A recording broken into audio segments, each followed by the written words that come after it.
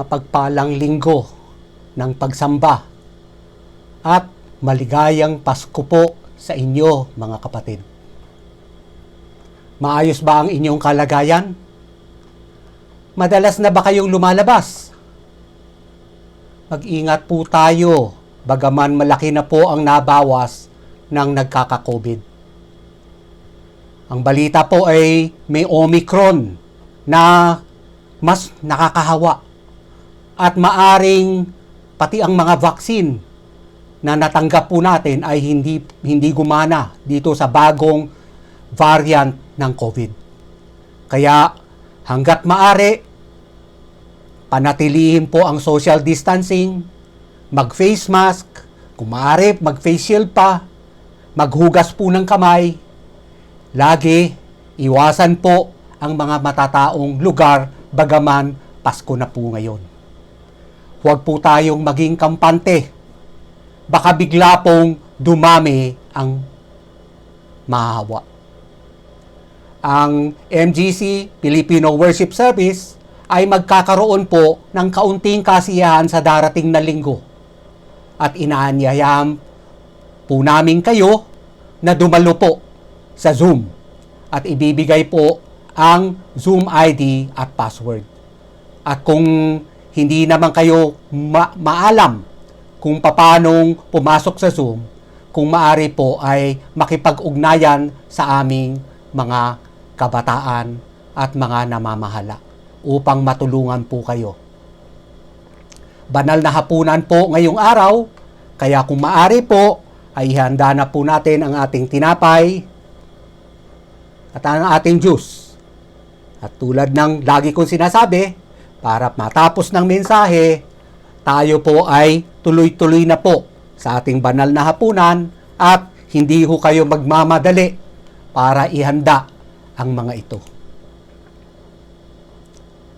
Dati, may isang tanyag na patalastas patungkol sa relo at nagsasabing, black is beautiful. Maganda ang itim. Ngayon, kung hindi natin sinasabi na pangit ang mga maitim po sa atin rito dahil maski na po, ako po ay maitim. Pero naalala ba ninyo itong patalastas na to? Totoo bang maganda ang itim? Sa Biblia, kapag ka nababanggit ang itim o kadiliman, ito ay laging hindi maganda. Opo, hindi maganda lagi kapag kadiliman o itim ang pinag-uusapan sa Biblia. Ano ang pagkakaiba ng kadiliman sa liwanag sa ating banal na kasulatan? Ito po, ang liwanag o puti ay sumasagisag sa Diyos. At ang kadiliman o itim ay ang lahat ng laban sa Diyos. Ang masama, paghahatol, at kamatayan. Ang kaligtasan sa pamamagitan ni Hesukristo ang magdudulot ng liwanag sa mga nasa kadiliman. At ang kahuli-huling kadiliman ay naglalarawan ng kinabukasan sa mga hindi tunay na makadiyos at sumasagisag sa kapahamakan. Ang impyerno at mga hukay ng kadiliman ay naghihintay sa mga anghel na naghimagsik, kasama ang Diablo, si Satanas, laban sa Diyos, at sa lahat ng hindi totoong nanampalataya. Ang liwanag at kadiliman ay paglalarawan sa mabuti at masama, sa Diyos at sa mga masasamang puwersa, mananampalataya at hindi. Ang liwanag ay kumakatawan sa kabutihan, samantalang ang kadiliman ay ang kasamaan, kaparusahan, at kamatayan o pagkahiwalay ng walang hanggan sa Diyos. Ang liwanag ay kadalasan namang ginagamit sa paglalarawan sa buhay o buhay na walang hanggan, kaligtasan, kautusan, banal na presensya ng Diyos. Ito'y nagpapahiwatig ng kanyang kabutihan. Siya ang liwanag na nagpapaalis sa kadiliman. Ang hinaharap ng mga di nanampalataya o di mananampalataya ay kadiliman na sumasagisag sa kapahamakan. Samantalang ang hinaharap ng mga sumampalataya ay liwanag at makakapiling ang Panginoon magpawalang hanggan. Purihin ang Panginoon. May kinalaman sa kadiliman po ang ating mensahe ngayong araw.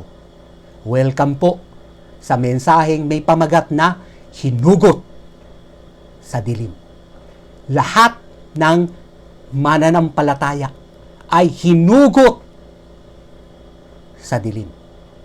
Kolosas 1:13 hanggang 14. Nais po namin maalala po ninyo itong pangungusap na ito.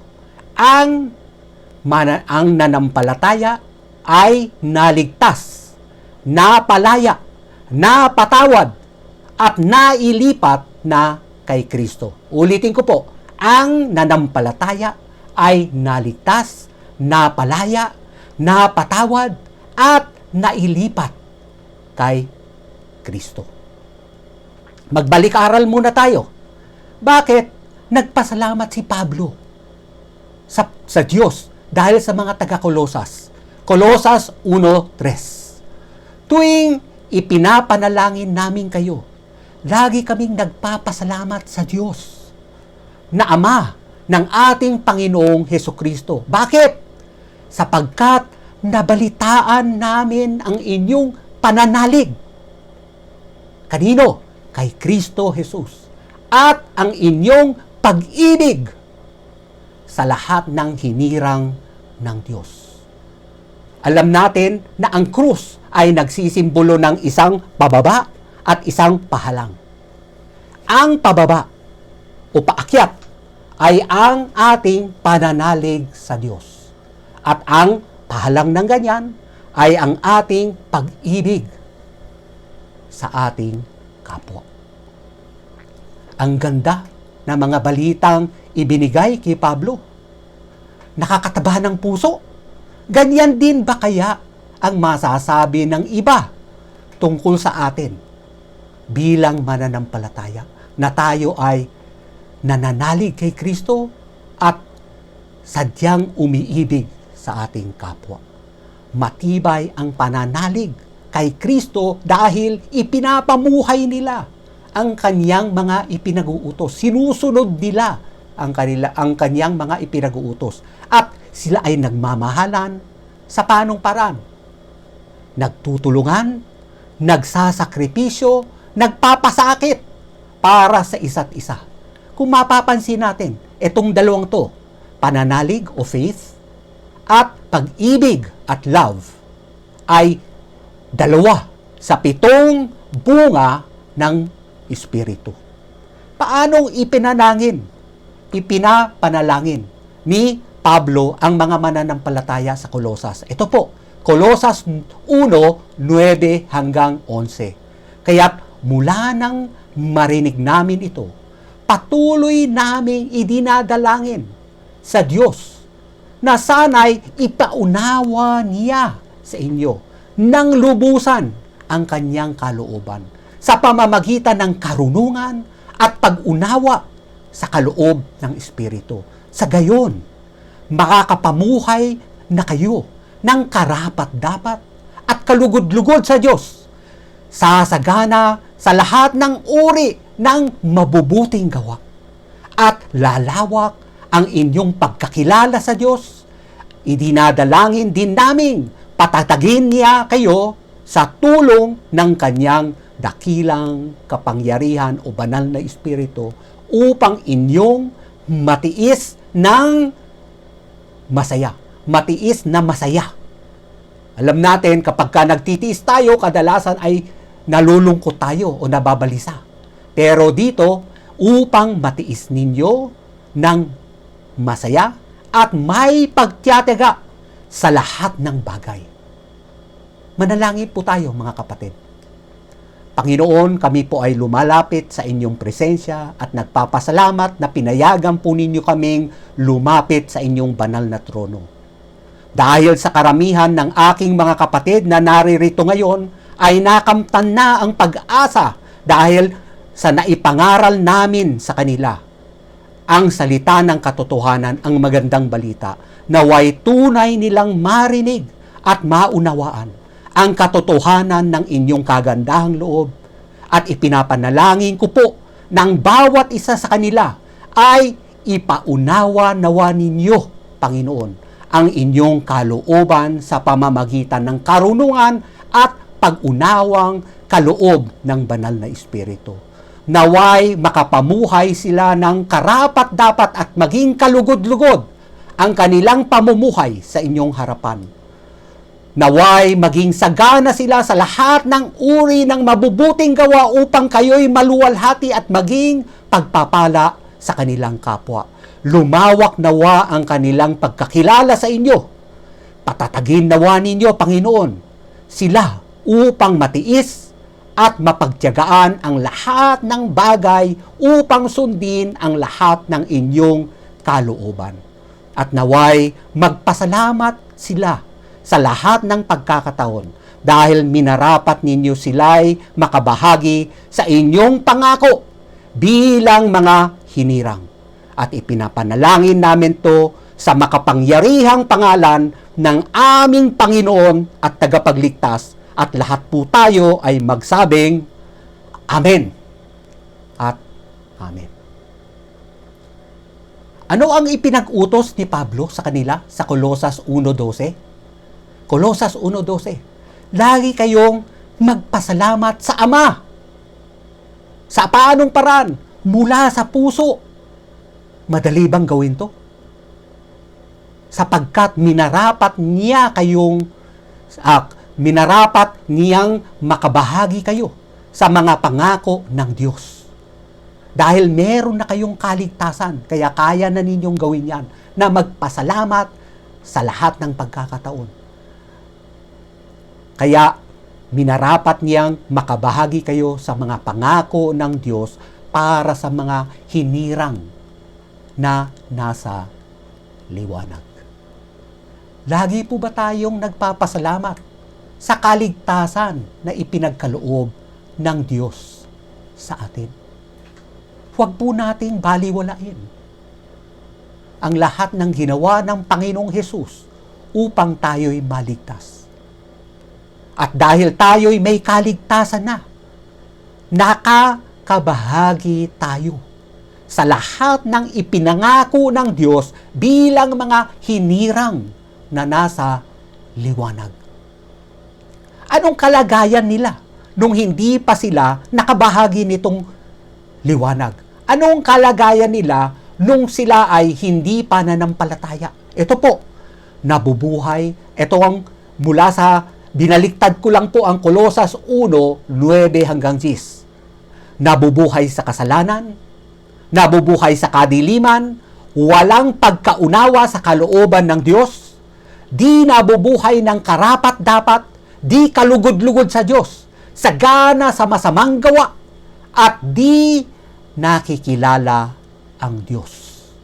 Kung ganyan po tayo, malaki po ang problema natin dahil tayo po ay nandun sa itim. Dahil nandun po tayo sa kadiliman. At ang kalooban ng Panginoon ay madala po tayo sa liwanag, sa puti. Okay? Sana po ay di tayo ganyan.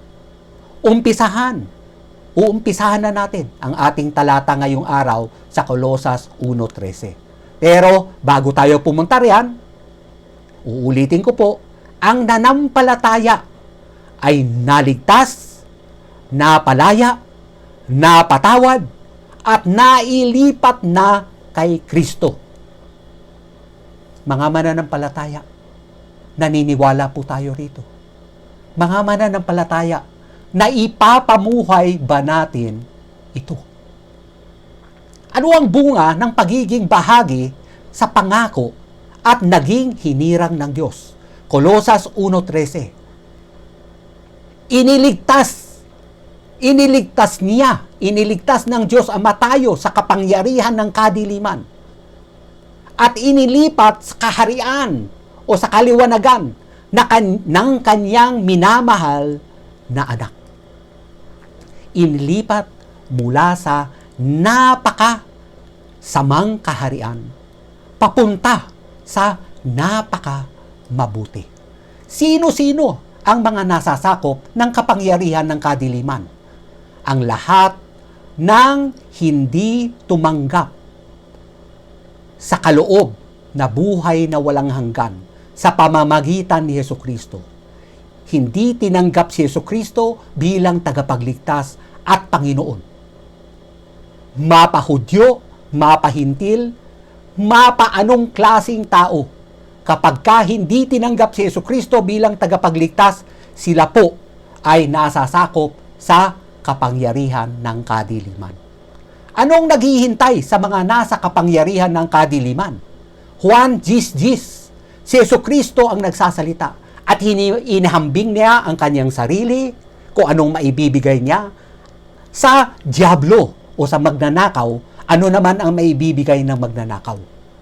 Kapag nasa kadiliman po, ito ang matatanggap po natin.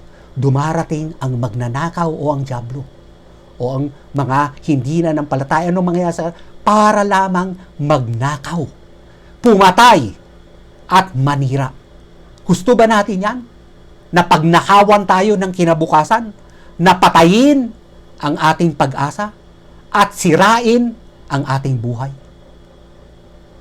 Ngunit sabi ni Jesucristo, naparito ako upang ang mga tupa o ang mga taong mananampalataya sa akin ay magkakaroon ng buhay.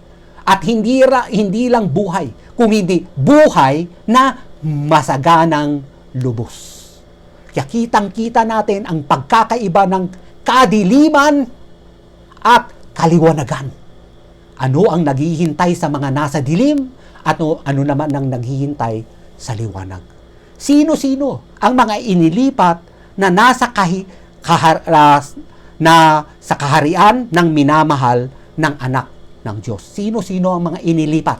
Ito po, Juan 1:12. Ito ang mga taong inilipat. Subalit, ang lahat ng tumanggap at ang lahat ng sumampalataya kanino? Kay Jesucristo, ay binigyan niya ng karapatang maging anak ng Diyos. Ang mga naging anak ng Diyos, ang mga inilipat sa kaharian ni Jesucristo mula sa kadiliman. Efeso 2:8-9. Ito ang sinasabi rito, sapagkat dahil sa kagandahang loob ng Diyos Ama, kayo ay naligtas sa pamamagitan ng pananampalataya. Kanino? Kay Jesucristo bilang tagapagligtas at Panginoon. Ito ay regalo o kaloob ng Diyos at hindi mula sa inyong sariling pagsusumikap. Hindi ito bunga ng inyong mga ginawa o gawa, kaya't walang maipagmalaki ang sinuman. Ang nanampalataya kay Jesus ang inilipat sa kanyang kaharian. Ang tumanggap at ang nanampalataya. Okay? Ito pa po. Roma 10:9-10. Kung ipahayag, so kinakailangang ipahayag natin, pero hindi lang natin dapat ipahayag sa bibig, kung hindi kinakailangang maniwala tayo sa ating puso. Kung ipahayag natin, ipahayag ng inyong bibig, si Jesus ay Panginoon. At buong puso kang sumampalataya na siya ay muling binuhay ng Diyos. Maliligtas ka. Sapagkat sumampalataya ang tao sa pamamagitan ng kanyang puso at sa gayon ay itinuring na matuwid ng Diyos. Nagpapahayag naman siya sa pamamagitan ng kanyang bibig at sa gayon ay naliligtas. Okay?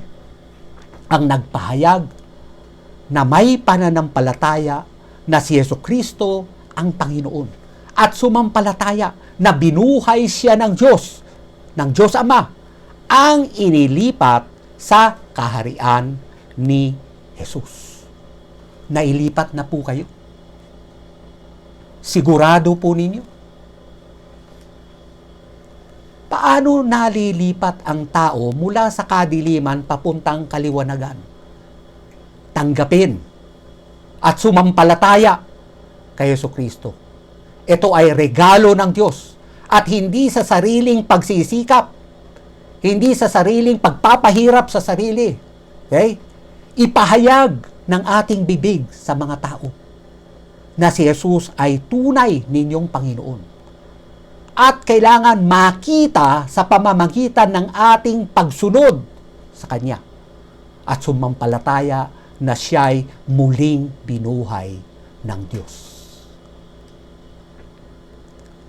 Ang nanampalataya ay naligtas, napalaya, napatawad, at nailipat na kay Kristo.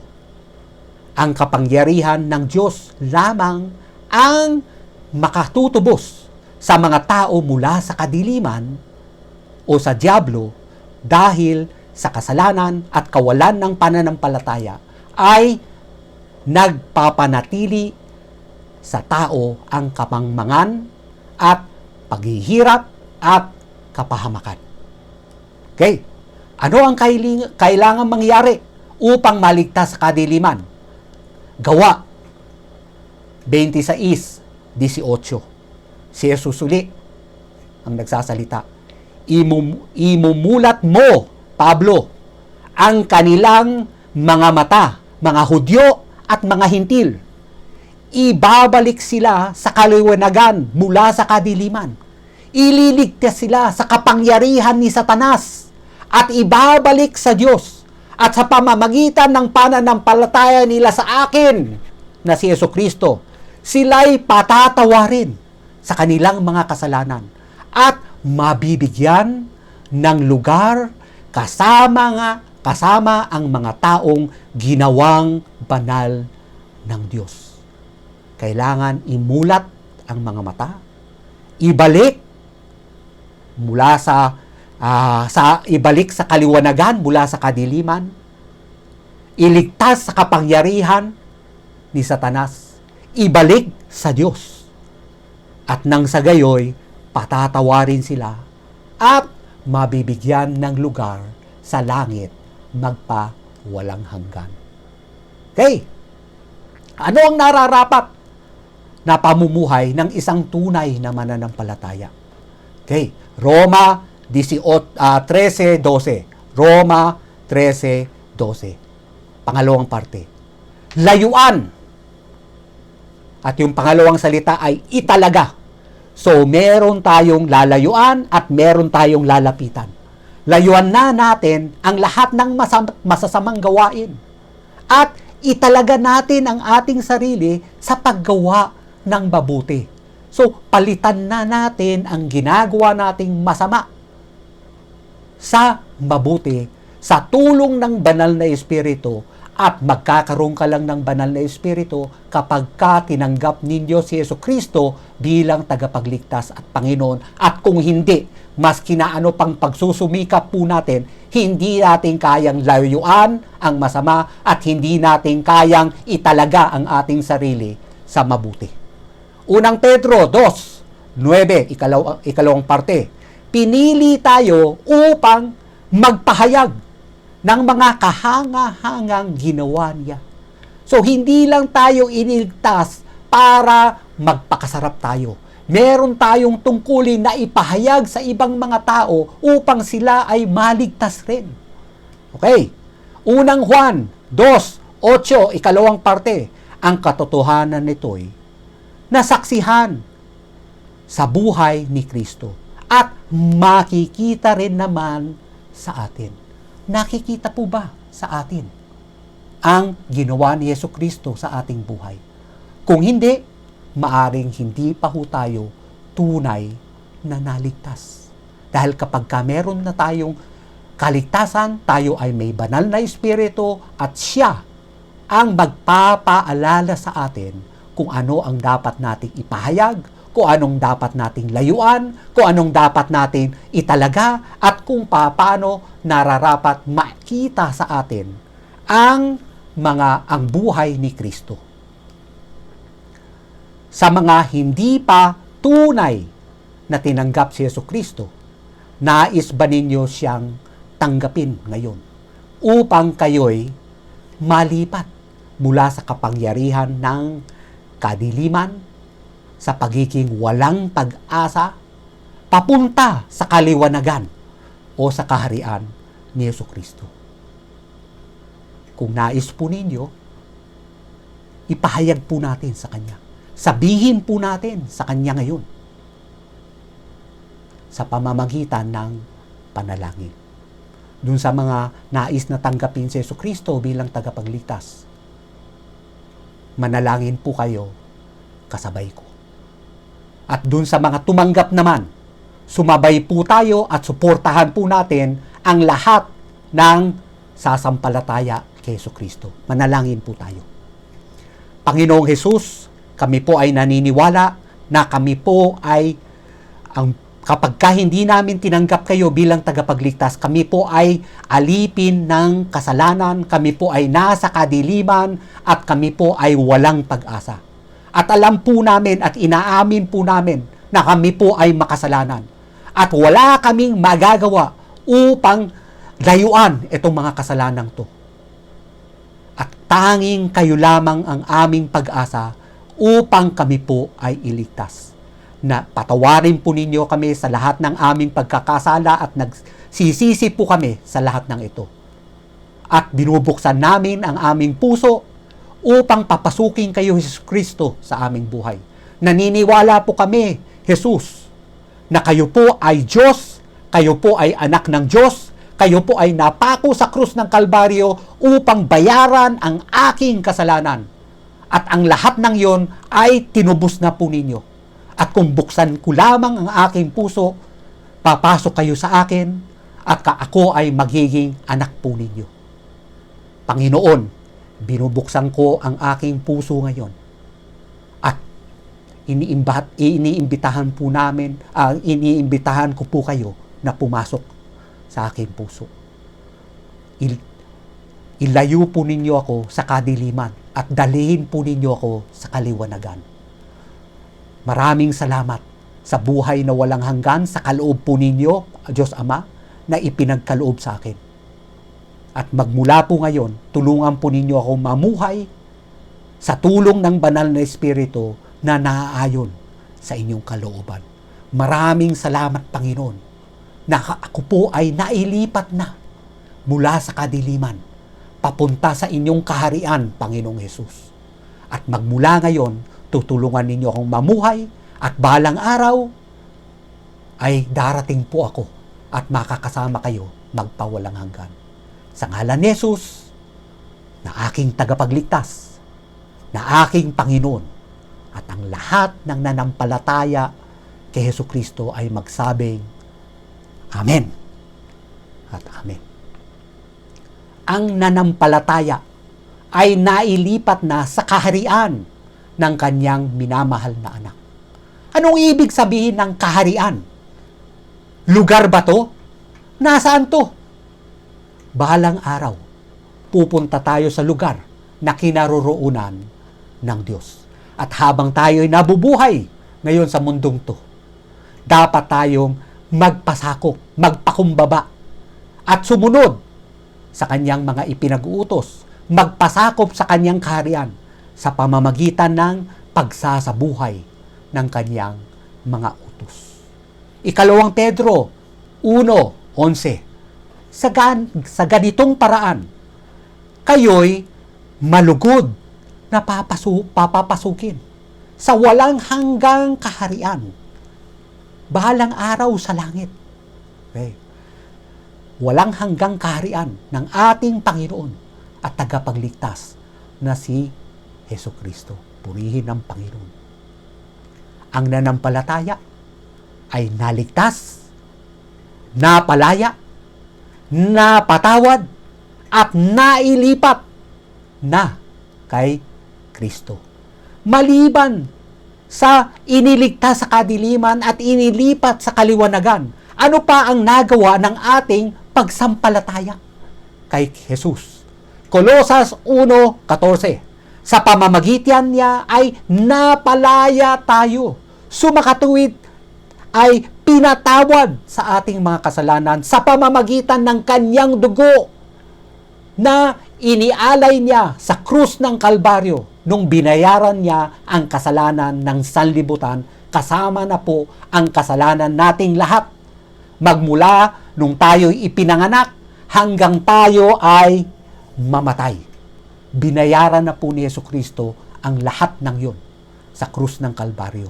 Kaya sinasabi rito, pinatawad ang ating kasalanan sa pamamagitan ng kanyang dugo.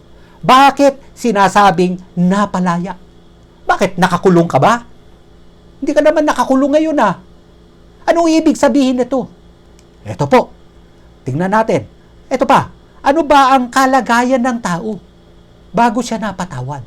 Juan 8:34 hanggang 36. Sumagot si Jesus, pakatandaan ninyo, ang gumagawa ng kasalanan ay, alipin. Alipin ng kasalanan. Sunod-sunuran sa kasalanan. Parang kalabaw. Nung pumupunta kayo ng probinsya, makikita ninyo yung kalabaw, merong singsing ho rito sa ilong. At kapag hinatak ay sunod-sunuran lang kung saan pumunta, samantalang ang laki-laki ng kalabaw at humahatak sa kanya, minsan bata lang. Pero sunod-sunuran siya. Ganyan po tayo. Pagka tayo ay alipin ng kasalanan. Gustuhin man natin o hindi, gagawa tayo ng kasalanan. Ang alipin ay hindi kabilang sa pamilya sa habang panahon. Subalit, ang anak ay kabilang magpakailanman. Kung anak ay nagpalaya sa inyo, kung si Jesucristo na tinanggap ninyo bilang tagapagligtas at Panginoon ay nagpalaya sa inyo, kayo nga'y magiging tunay na malaya. Ano ang ilang mga ginagawa ng mga alipin ng kasalanan? Tingnan po natin. Okay? Baka hanggang ngayon, akala natin tayo po ay anak ng Diyos, pero ganyan pa rin ang pinagagawa po natin. Okay? Kolosas 3:5 hanggang 7. Kaya't patayin ninyo ang mga pagnanasang makamundo, ang pakikiapid, karumihan, mahahalay na simbuyo ng damdamin, masamang pagnanasa, at swapang, kasakiman, na isang uri ng pagsamba sa Diyos-Diyosan.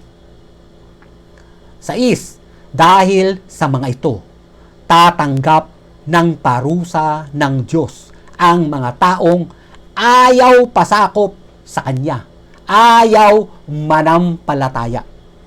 Kayo man ay nabubuhay din ayon sa mga pagnanasang iyon nang kayo ay pinagharian pa ng mga ito. Nung kayo'y alipin pa ng kadiliman, alipin pa ng kasalanan, ganyan rin ang mga pinaggagawa natin.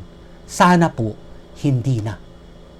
At kung ginagawa pa natin yan, pag-isipan natin ng maigi kung tinanggap na ba natin talaga si Jesucristo bilang tagapagligtas at Panginoon. Kolosas 3:8 hanggang 10. Ano ang mga dapat gawin? Ngunit ngayon, okay? Kung tinanggap ninyo si Jesucristo bilang tagapagligtas, meron kayong banal na espiritu na nasa sa inyo, kaya ninyong gawin ang mga ito. Kung hindi ninyo tinanggap si Jesucristo, hindi ninyo kayang gawin. At para kayong kalabaw na sunod-sunuran lang. Ano yung kayang gawin ng mga tumanggap kay Jesucristo dahil may banal na espiritu? Ito po, ngunit ngayon, itakwil na ninyo ang inyong galit, puot, at sama ng loob. Iwasan na ninyo ang panlalait at malalaswang pananalita. Huwag kayong magsisinungaling sa isa't isa sapagkat hinubad na ninyo ang dati ninyong pagkatao. Kayo ay bago ng nilalang. Pati ang mga gawang nito, okay? At dapat ang gawin ninyo, isuot ninyo ang bagong pagkatao na patuloy na nagbabago at nagiging kalarawan ng Diyos na lumikha sa inyo upang lalo ninyo siyang makilala. Nais ninyo bang maging alipin ng kasalanan? Magpatuloy na maging alipin ng kasalanan? Alipin ng dyablo? Napapatay, nawawasak sa inyo? O nais na ninyo talagang maging alipin ng katuwiran ng Diyos? Roma 6:16. Hindi ba ninyo alam na kapag ka nagpasakop kayo sa sino man, sa sino mang inyong sinusunod, kayo'y nagiging alipin nito. Maging ito'y kasalanang hahantong sa kamatayan o pagsunod sa Diyos na hahantong sa pagiging matuwid. At sa Roma 6:19, ikalawang parte, kung paanong ipinailalim ninyo nung una ang inyong sarili sa karumihan at sa kasamaang palala ng palala. Isuko ninyo ngayon ang inyong sarili bilang alipin ng katuwiran para sa mga banal na layunin. Paano napalaya ang tao sa pagkaalipin sa kasalanan? Roma 6:6-9. Alam natin na ang dati nating pagkatao, ang pagiging makasalanan natin, ang pagiging alipin ng kasalanan natin ay naipako na. Nung tinanggap natin si Jesucristo bilang tagapagligtas, naipako na sa krus kasama niya. Nung tayo ay nabautismoan, tayo ay namatay na kasama ni Kristo, at nung tayo ay iniahon mula sa tubig, naiwan ang lahat ng dati nating buhay at tayo ay bago ng lilanang. Okay? At nang hindi na tayo maalipin pa ng kasalanan. Sapagkat ang namatay na ay pinalaya mula sa kapangyarihan ng kasalanan. Ang namatay na, ang tumanggap na kay Jesucristo ay napalaya na. Kaya huwag na po tayong mabubuhay na parang alipin.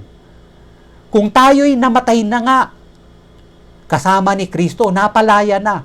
Naniniwala tayong mabubuhay rin tayong kasama niya.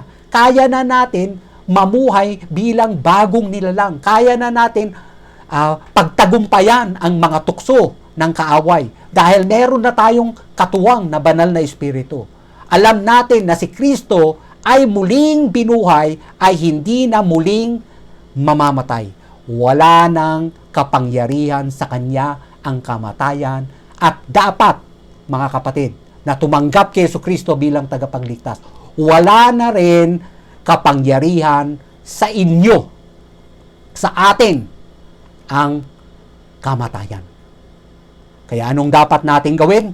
Roma 6:11, kaya't dapat din ninyong ituring ang inyong sarili bilang patay na sa kasalanan. Iwasan na talaga.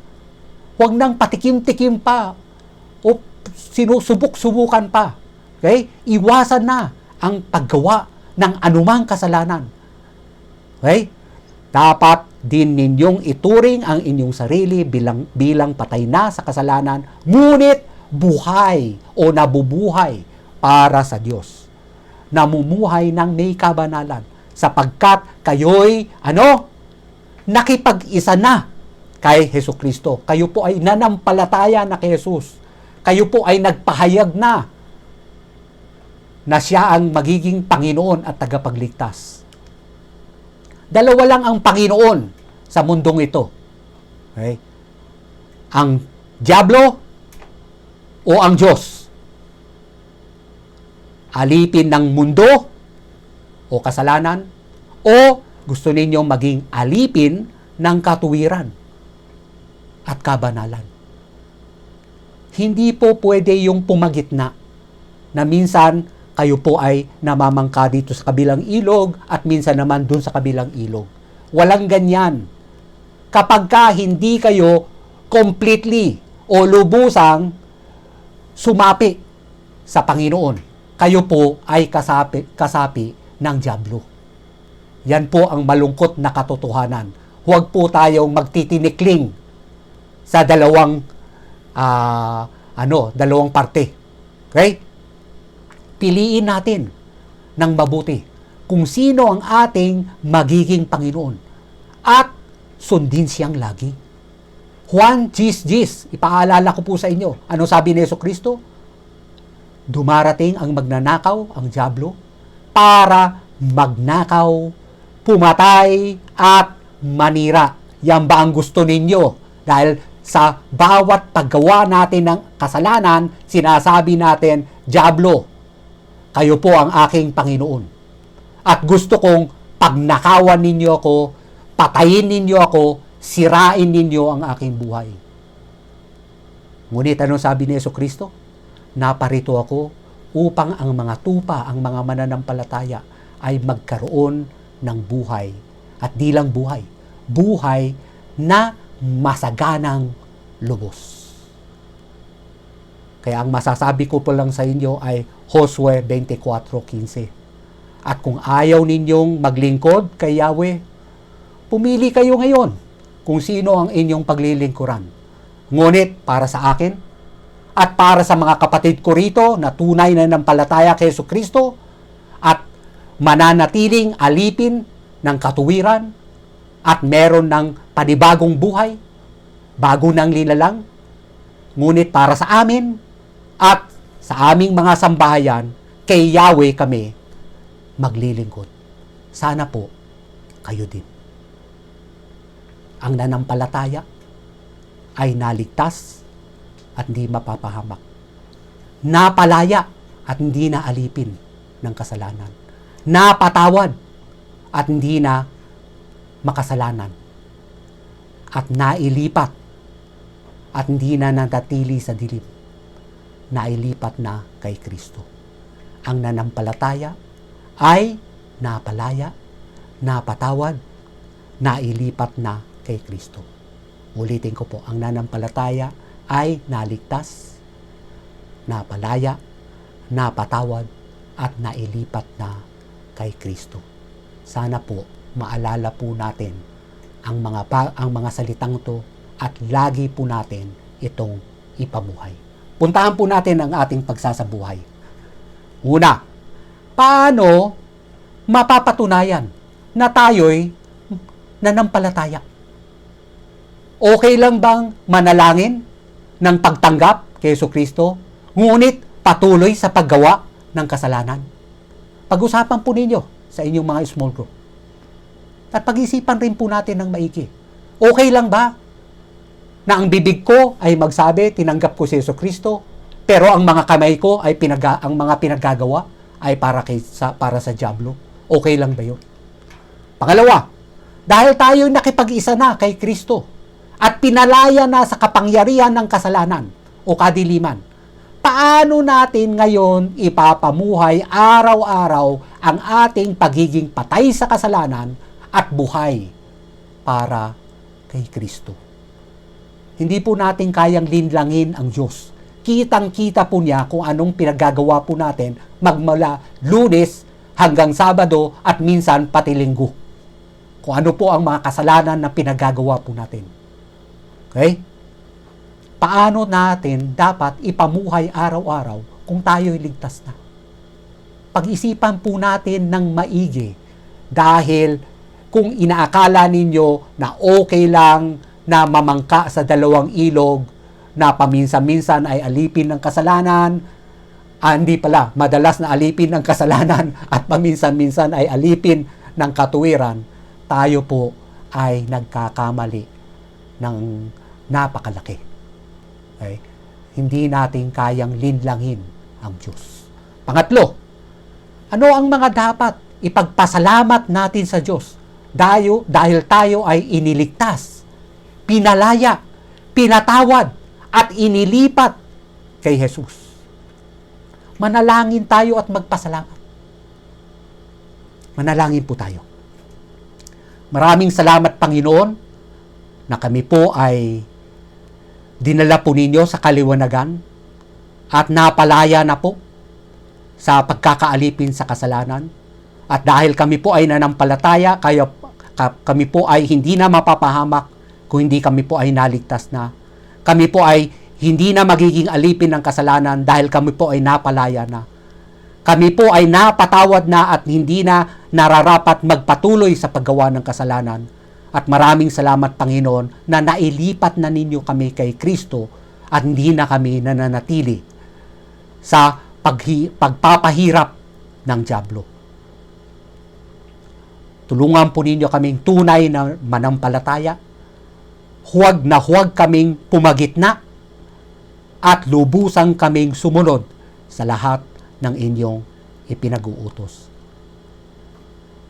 Kaya kami po ay nararapat tulungan po ninyo na mamuhay bilang mga napalaya na sa pagkabihag at sa kasalanan.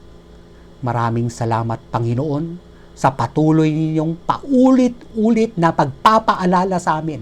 Dahil alam ho ninyong meron pa sa amin rito na hindi pa tumanggap kay Jesucristo or meron pang mga hindi pa totoong tumanggap kay Jesucristo. Maraming salamat, Panginoon, sa paalala po ninyo at tulungan po ninyo kaming tunay na tanggapin ang inyong regalong buhay na walang hanggan. Sa ngalan ni Jesus, naming Panginoon at tagapagligtas, tayo ay magsabing Amen at Amen. Tulad ng kanina, binanggit ko po, pakikuha na po ang tinapay, ipamahagi na po natin sa ating mga kasamahan at ang juice. At tayo po ay tutuloy na sa ating banal na hapunan. Ipamahagi na po natin sa ating mga kasamahan. Maraming salamat po. Sa komunyon na pinasimunuan ni Kristo, ay kinakailangang ihanda natin ang ating sarili ng mabuti sa nararapat na pamamaraan. Kaya sandali po tayong manahimik, pagbulay-bulayan ang ating mga napag-usapan, pag-isipan ng maigi kung meron pa tayong mga kasalanan na hindi pa nahihingi ng tawad, kung meron pa tayong mga hindi napapatawad na mga taong gumawa ng kasalanan sa atin, at kung meron tayong ginawa na kasalanan laban sa kanila, humingi po tayo ng tawad. Manalangin po tayo at kausapin ang Panginoon.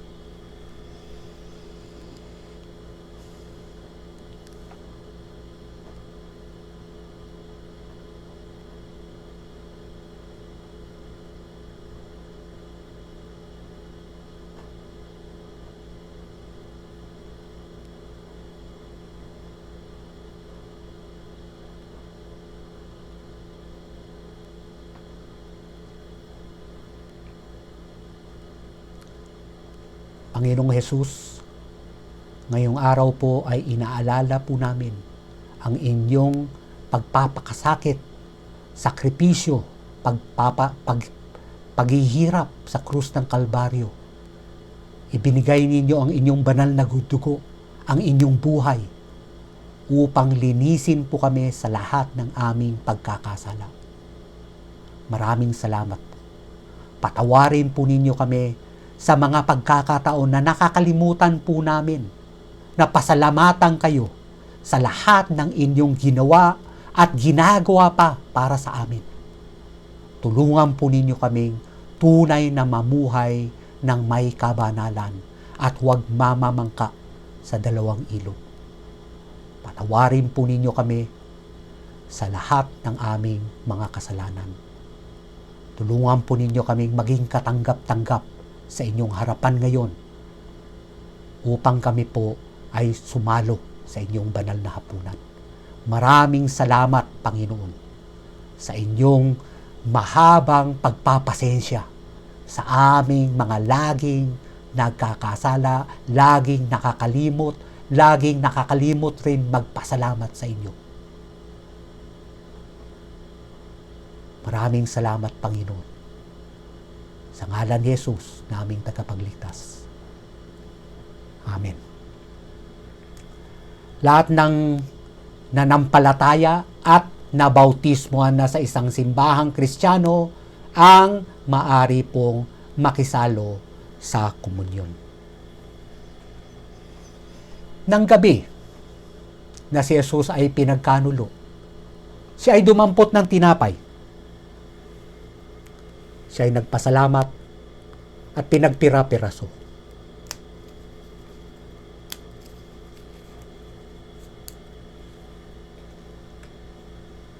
At sinabi niya, ito ang aking katawan na inihandog para sa inyo. Gawin ninyo to tuwing kakain kayo nito bilang pag-alala sa akin. Sabay-sabay po tayo, mga kapatid.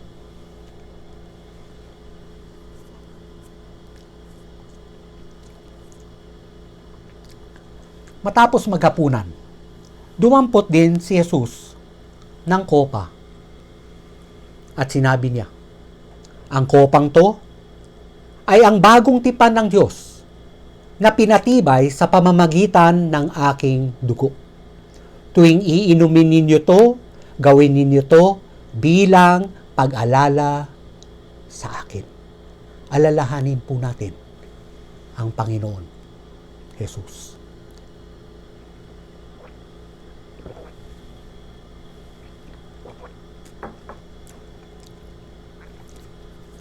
Tanggapin po ang bendisyon.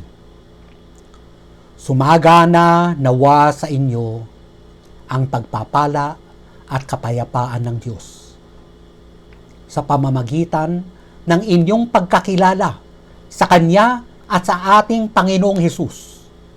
Tinanggap natin sa pamamagitan ng kapangyarihan ng Diyos ang lahat ng bagay na magtuturo sa atin upang tayo'y mamuhay na makadiyos. Ito'y dahil sa ating pagkakilala kay Jesucristo, na siya ring tumawag sa atin upang bahagihan tayo ng kanyang karangalan at kabutihan. At ang lahat po ng mananampalataya ni Jesucristo ay magsabing, Amen at Amen. Pinapaalalahanan po namin kayo sa inyong na kayo po ay sumama sa small group at palagi po namin paulit-ulit na sinasabi na mahalaga po na kayo po ay nasa isang small group. Okay. Bakit? Upang tulungan kayong lumalim sa inyong pagkakilala sa Panginoon at maranasan ninyo siya sa inyong buhay. Okay. Ito ay iba't ibang grupo ng mga kalalakihan, kababaihan, mga tatay, mga nanay, mga kabataan. Okay. At sila ay nagtutulungan upang tunay na makilala ang Diyos. At kung meron kayong mga katanungan, pwede ninyong itanong roon. Kung meron kayong pinagdaraanan, pwede ninyong ibahagi roon upang kayo'y ipanalangin. Yan ang pamamaraan ng Filipino Worship Service upang madama ninyo ang pag-ibig ng Diyos dahil hindi ko po kayo lahat maaasikaso. Kaya kinakailangan sumama po kayo sa small group. Maraming salamat po. Mapagpalang linggo ng pagsamba sa inyo, mga kapatid. Naway tunay na tayo ay nanampalataya na kay Jesucristo. Alalahanin po natin lagi, ipanalangin si Pastor Charlie. Maligayang Pasko po sa inyong lahat at sa susunod na linggo, maliban dun sa ating pagsamba, meron tayong konting kasiyahan at sumama po kayo sa Zoom. God bless po, mga kapatid.